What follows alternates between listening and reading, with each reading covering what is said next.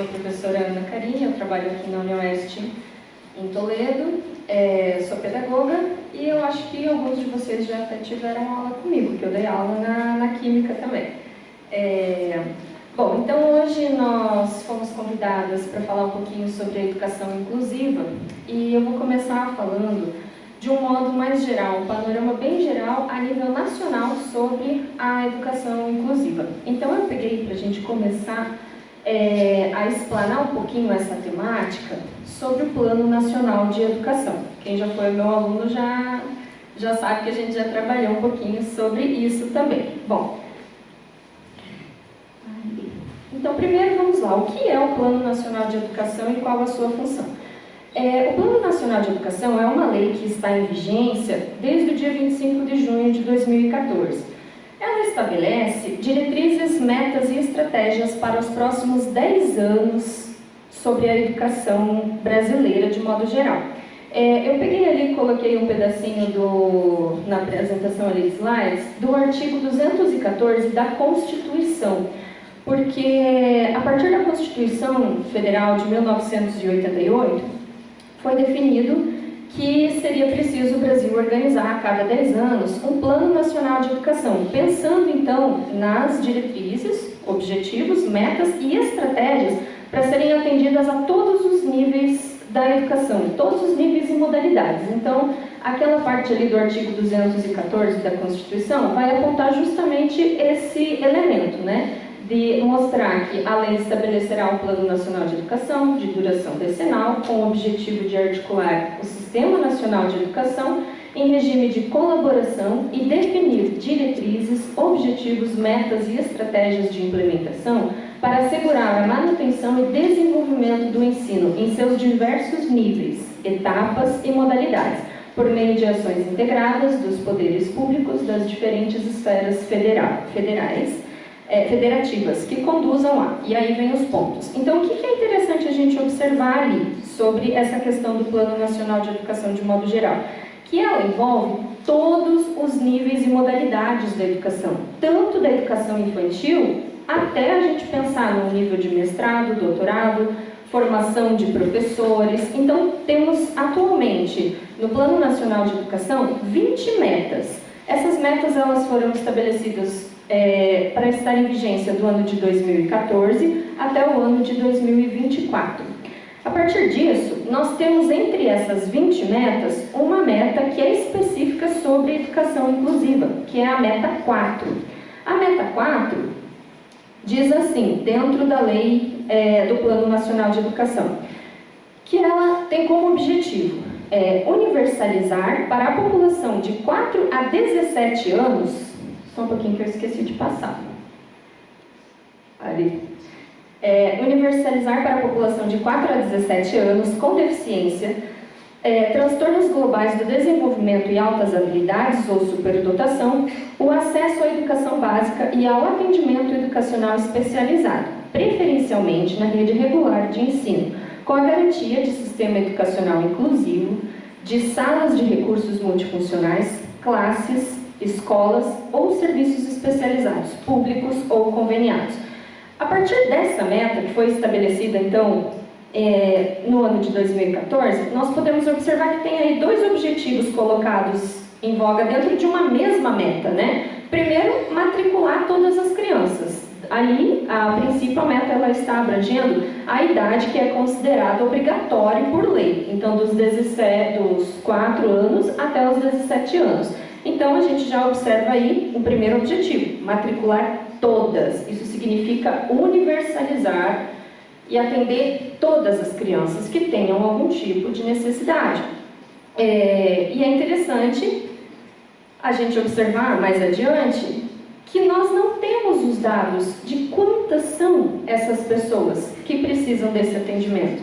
E a meta já está apresentando aqui um objetivo, né, de universalizar, mas sem saber o quanto é ainda esse número para se chegar a essa universalização. E um segundo objetivo que nós podemos observar aí dentro dessa mesma meta é garantir que todo o sistema educacional seja inclusivo, né, que tenha salas específicas, salas especializadas, né, como diz ali na própria meta, salas de recursos multifuncionais, classes, escolas ou serviços especializados, públicos ou conveniados. Ou seja, não é só colocar as crianças, né, dentro da escola, mas fazer com que eles tenham todo um respaldo, toda uma organização para que isso funcione, né, que realmente se efetive.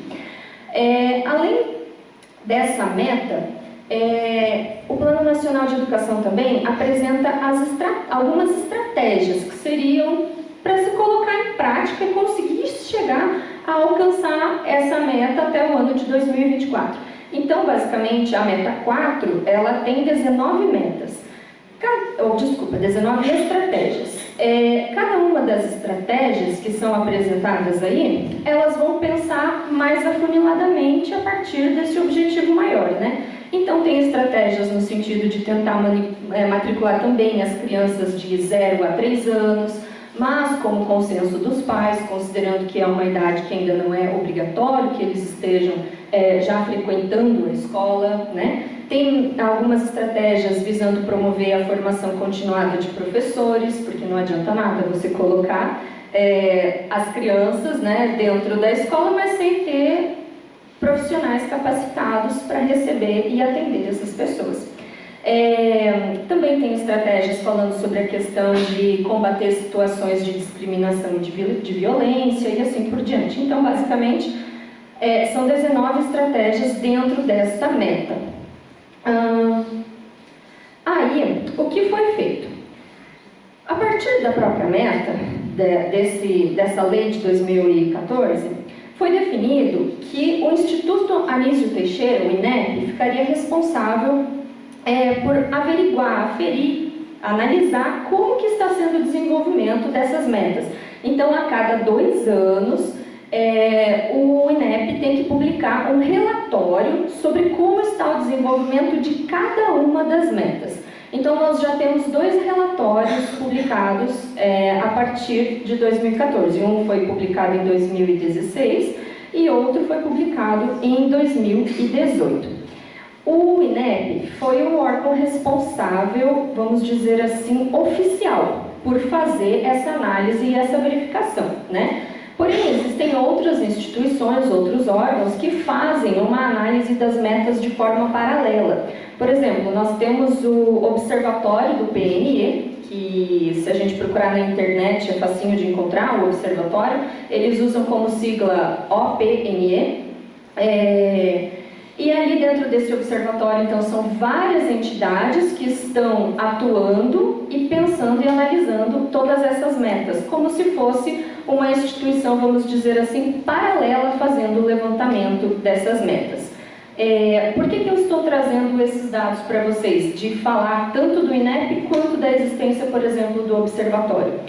Porque, como nós estamos falando de analisar uma meta que está verificando a possibilidade de inclusão de todas as crianças, de todas as crianças de 4 a 17 anos dentro da escola, de preferência em salas de aula regular, eles vão ter que fazer um levantamento de tentar chegar a um dado. E aí, quantos a gente tem e quantos estão fora da escola, né? E o interessante é que o INEP traz alguns dados, mas o observatório já nem se arrisca a apresentar dados algum.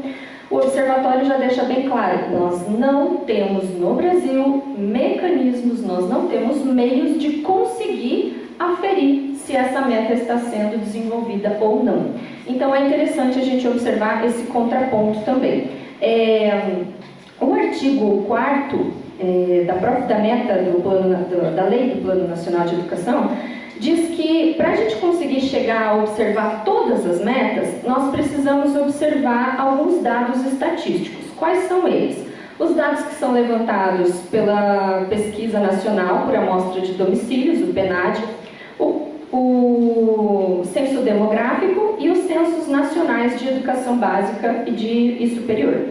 É interessante a gente observar que a partir desses elementos, desses órgãos que estão fazendo esses dados, trazendo dados para nós, o PNAD, tanto o PNAD o PNAD anual como o PNAD contínua, que daí funciona também com análises bimestrais, trimestrais e até mesmo mensais, tem algumas dificuldades em a gente trabalhar aí. Por quê? O PNAD, ele tem um benefício, que ele é feito todo ano, né? Mas ele tem um problema, ele é feito por amostra. O PNAD, ele tem uma amostra de análise de 1.100 municípios e a PNAD contínua tem uma amostra de 3.500 municípios, ou seja, não abrange todos os municípios efetivamente do Brasil. E a questão do censo demográfico. O censo demográfico também apresenta um benefício, porque ele é feito com toda a população brasileira, é feito a domicílio, né? Então vai se questionando e se levantando dados a partir de cada domicílio brasileiro. Só que ele não é feito todo ano, ele é feito a cada 10 anos. E o último que foi feito no Brasil foi do ano de 2010. Então, nós não temos dados, efetivamente, através vamos dizer assim, não temos dados atualizados através do censo para a gente conseguir pensar a educação inclusiva. E no caso, nós temos o censo de educação básica, que também tem um benefício e um problema, né? O benefício é que ele atinge toda a população escolarizada, ou seja, que está dentro da escola. E o problema é que ele não inclui os alunos que não estão na escola. Ou seja, a gente tem como pegar os dados do censo da educação básica e analisar os indivíduos que já estão dentro da escola, mas e os que não estão? Por exemplo, aqui dentro da UniOeste nós temos alunos que recebem o atendimento pelo PE, não é? Mas e quantos tem em Toledo? Que não estão dentro da UniOeste, que poderiam estar, que muitas vezes não se sabe quem são eles, não temos os dados e assim por diante. Então agora pensa isso a nível nacional, né? Então não temos efetivamente esses dados. E é interessante a gente observar que esse desafio de levantar e monitorar essas metas já é levantado pelo próprio INEP. O primeiro relatório do INEP já aponta essa dificuldade de não conseguir averiguar efetivamente como que a meta está sendo desenvolvida. Então, no relatório do INEP, é apresentado da seguinte forma, que o PNAD e o PNAD contínua não oferecem informações sobre o quantitativo do público-alvo da educação especial. Ou seja, eles já estão dizendo, nós não temos, através deste órgão, os dados efetivamente de quem são essas pessoas, quem é esse público da educação especial. E o censo demográfico, então, que eu comentei já de 2010, ele acaba coletando informações também sobre pessoas com deficiência, mas não todas as deficiências. O que ele coleta? Informações sobre pessoas com deficiência intelectual e dificuldade ou incapacidade de enxergar, ouvir, caminhar e subir degraus. O que significa que não está levando em conta, por exemplo, os transtornos, as altas habilidades, a superdotação, não entram aí dentro desse relatório do censo, né? Já o censo de educação básica, nós temos os dados dele anual, de 2009 a 2017. Mas ele, como eu já comentei, tem essa questão de que ele só aponta os dados das crianças que estão matriculadas, que estão realmente em contato com a escola. E aí eles identificam, então, pessoas com deficiência, os transtornos, altas habilidades e superdotação. Cada um desses documentos geram bases diversificadas. Cada um vai apresentar um dado diferente, né, sobre como que está o andamento desses índices no Brasil. Então, de acordo com o observatório, como eu já comentei antes, é interessante a gente observar que eles já apontam assim, dentro do próprio site deles, como um resultado parcial. Até o momento, nós não temos dados que mostram quantas crianças e jovens têm deficiência, transtornos globais do desenvolvimento, altas habilidades ou superdotação no Brasil. Desse modo, não se sabe também quantos deles estão fora da escola. E aí o observatório já aponta então como sendo um desafio desenvolver um indicador para o monitoramento. Já que nós não temos esse indicador, o desafio apontado pelo observatório não é nem nós ainda sabermos quantos são, qual é a quantidade de pessoas que têm algum tipo de necessidade, mas desenvolver um sistema que faça esse monitoramento, para depois a gente conseguir fazer toda a avaliação.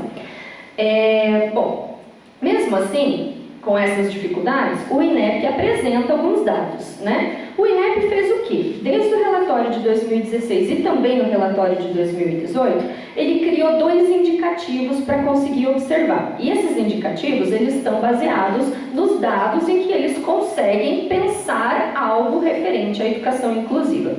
Então, o indicador A, eles fizeram utilizando justamente os dados do censo, mas do censo demográfico de 2010. Lembrando, então, que ainda não temos essa atualização, né? E o indicador A aponta um percentual da população de 4 a 17 anos de idade com deficiência que frequenta a escola. E o indicador B, utilizando os dados do Censo da Educação Básica, dos dados de 2009 a 2017, aponta então o percentual de matrículas de alunos de 4 a 17 anos de idade com deficiência, os transtornos, altas habilidades ou superdotação, que estudam em classes comuns da educação básica. Então, vamos aos dados que eles apresentam, para vocês conseguirem visualizar um pouquinho mais. Esses gráficos todos eu retirei do último relatório do Plano Nacional de Educação, que foi publicado no ano passado. Então, eles apontam, dá para ver bem ali os números, né? Que esse primeiro gráfico aponta então o percentual da população de 4 a 7 anos com deficiência que frequenta a escola no Brasil por região.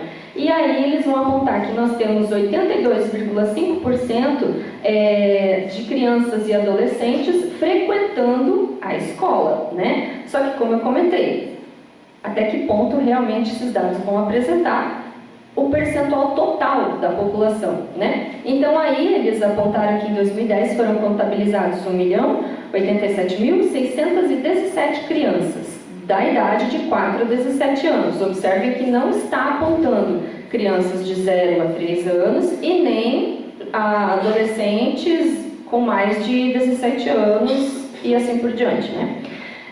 Com deficiência, então.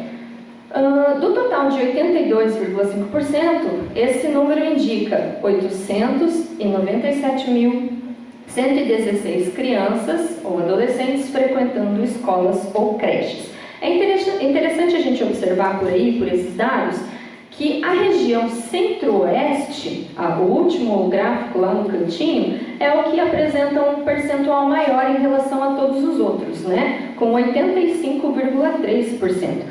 Mas é interessante também observar que nós estamos falando por uma região, de modo geral. E essa região apresenta também desigualdades entre os estados que a compõem. Por exemplo, no Distrito Federal, chega a 90% da população com deficiência em idade escolar frequentando a escola. Já no Mato Grosso, esse número é de 82%, ou seja, tem uma diferença aí de praticamente 8 pontos de diferença de um estado ao outro. Apresentando então, além disso, a gente pode observar as diferenças regionais. Quais são as regiões ali que têm o maior índice e quais são as que têm o menor, né? Então já apontei diferenças regionais entre aquela dicotomia que nós sempre temos, né? Do norte e do nordeste, de um lado, e do sul e do sudeste, de outro lado. Nesse gráfico, mostrando então o percentual mais específico a partir das regiões, eles vão mostrando, desculpa, gráfico não, né? Tabela, vai sendo mostrado ali por estado, então, como que está sendo o desenvolvimento, tá? Então, ali os estados de menor acesso à educação básica de pessoas com deficiência são, como eu já comentei, do norte e do nordeste. Ficando então ali o Amazonas com 75%, o Piauí com 76,7% e o Acre com 77,7%, né? Em conjunto, então, esses resultados indicam que em 2010 a universalização ao acesso das pessoas em idade escolar com deficiência estava distante da meta, basicamente faltando aí uma média de 18% para que ela fosse efetivamente cumprida. E é interessante a gente observar que, mas é só 18%. Dentro desses dados, esses 18% representam, se a gente observar ali na partezinha dos que não frequentam a escola, 190 mil pessoas. Então, é bastante gente, né?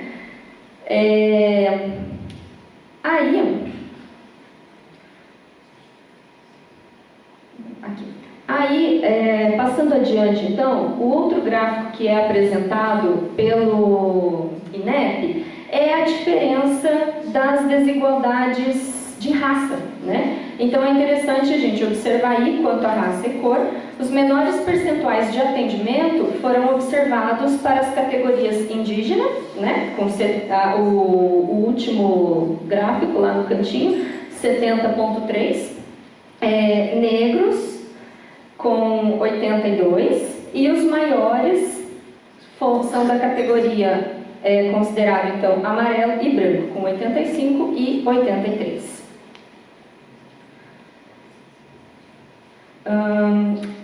Um outro gráfico que é apresentado pelo INEP também é referente à questão financeira dessas famílias que têm então pessoas com deficiência. É interessante a gente observar que ele é dividido, essa parte financeira, em 4 partes, em 4 quadrantes, vamos dizer assim. O quadrante dos mais ricos, é interessante observar que está com 89,7 dentro lá do gráfico, enquanto que o quadrante dos 25% mais pobres com 81. Então nós temos aí uma diferença de basicamente 8 pontos entre os mais pobres e os mais ricos. Passando para a segunda parte, até então esses gráficos se referem aos dados do indicativo A. Referente ao indicativo B, é interessante a gente observar que agora eles mudam de visão. E aí eles vão passar a olhar não o censo demográfico, mas o censo escolar. E aí os gráficos eles também vão receber uma alteração. Olha, eles vão ter agora os dados por ano, 2009, 2010, 2011 até 2017, né? Então é interessante observar que em 2017 nós tivemos um grande crescimento de crianças e adolescentes frequentando classes comuns. Esse dado representa então a inserção deles em classes comuns. Então, em 2009 nós tínhamos 69% das pessoas que estavam dentro da escola em classes regulares, né? Enquanto que em 2017 nós já estávamos com 90%. Então nós tivemos um crescimento bem considerável nessa parte. Mas aí, como eu já comentei antes, não estamos nos referindo a todas as pessoas a nível de Brasil, somente as que estão dentro das instituições escolares. Aí o que o INEP fez também foi observar por região, né? A partir daquele dado anterior, então foi feita uma análise por região. E aí é interessante observar que todas as regiões tiveram crescimento em relação ao ano de 2009 e ao ano de 2017. A região sul é a que está, teve um grande crescimento, mas é a que está mais abaixo entre os dados comparados a outras regiões. Em que sentido? Mostrando que as regiões norte e a nordeste têm o maior índice de pessoas frequentando as escolas normais e não escolas ditas especiais, né? Então, os estados então, que tiveram maior crescimento e o crescimento mais acelerado entre esses dados foram o Espírito Santo e Pernambuco. Aqui não aparece dentro desse gráfico o dado por estado, né, por região, mas o estado do Espírito Santo e de Pernambuco teve um crescimento de 2009 a 2017 de basicamente 40 pontos. Isso significa que muitas crianças saíram de dentro de uma instituição especializada para ir se inserirem dentro de uma escola, dentro de uma classe comum.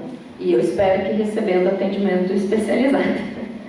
Então, em 2017, nós já temos alguns dados, a partir desses dados das escolas, de alguns estados que já estão entre 99% a 100% de atendimento de crianças em classes comuns. São eles o Acre, Roraima, Pará, Piauí, Rio Grande do Norte, a Paraíba, Alagoas, Espírito Santo e Santa Catarina. Nós do Paraná não entramos dentro desses dados ainda dos 99% a 100%.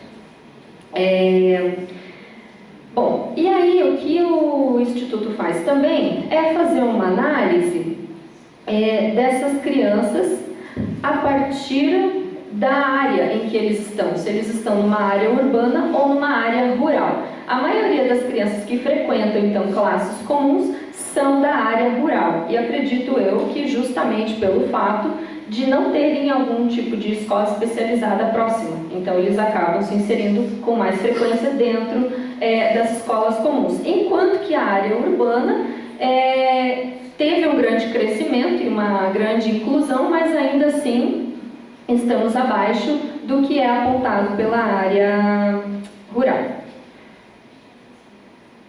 E aqui o Instituto fez uma análise a partir da administração das escolas ofertadas, observando quais eram as escolas então ofertadas e mantidas pela federação, pelos estados, pelo município e de iniciativas privadas. A maior parte das escolas que recebem e que incluem os alunos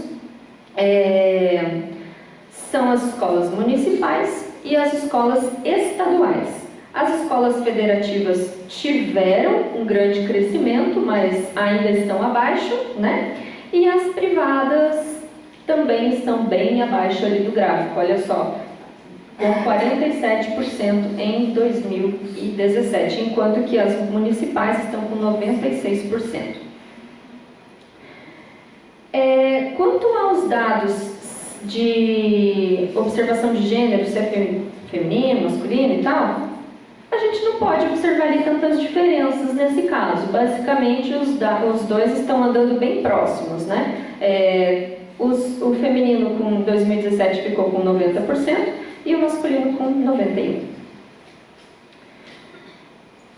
Opa!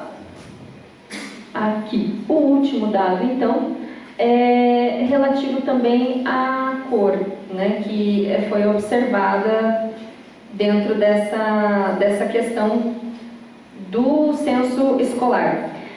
Então, nós temos ali a minoria sendo de cor branca, frequentando as escolas de classes comuns, e a maioria sendo indígenas. E é interessante a gente observar, né, que essas crianças indígenas, negras, né, algumas não declaradas e tal, que estão com maior índice dentro do gráfico, geralmente elas estão em que tipo de escola? Na escola pública ou na escola particular? A maioria delas na escola particular. E aí é interessante a gente observar, maioria na escola pública. E é interessante observar que a maioria de raça branca, classificados como de raça branca, eles têm um grande índice também dentro das escolas privadas, né? E isso também influencia a gente a pensar na questão das diferenças sociais que a gente ainda tem e permanecem não só a gente pensar a população de modo geral, mas ainda com mais intensidade quando a gente está falando de uma educação inclusiva, né? De essas crianças conseguirem ter um atendimento melhor, um atendimento talvez diferenciado, que os pais classificam como sendo muitas vezes melhor de manter dentro de uma escola particular ou de uma escola especializada, enfim. Bom, basicamente os dados são esses. É interessante a gente observar que, em se tratando de educação inclusiva, nós ainda temos muito a avançar, começando inclusive pelos dados que o observatório aponta, né, de que nós nem temos efetivamente dados para fazer esses monitoramentos. Então o observatório ele nem se arrisca a apresentar dados, assim como o INEP faz, né? Eles não, eu não vou nem mexer aí porque esses dados eles não são condizentes realmente com toda a população nacional, a partir dos dados do observatório, né? E é claro que a gente pode observar que nós temos uma preocupação muito grande ainda dentro desse monitoramento, de saber quantos não estão na escola, quantos estão longe de uma escola, né? De frequentar efetivamente um ensino inclusivo, com atendimento especializado, com salas de recursos, com pessoas especializadas e formadas para atender esse público, né?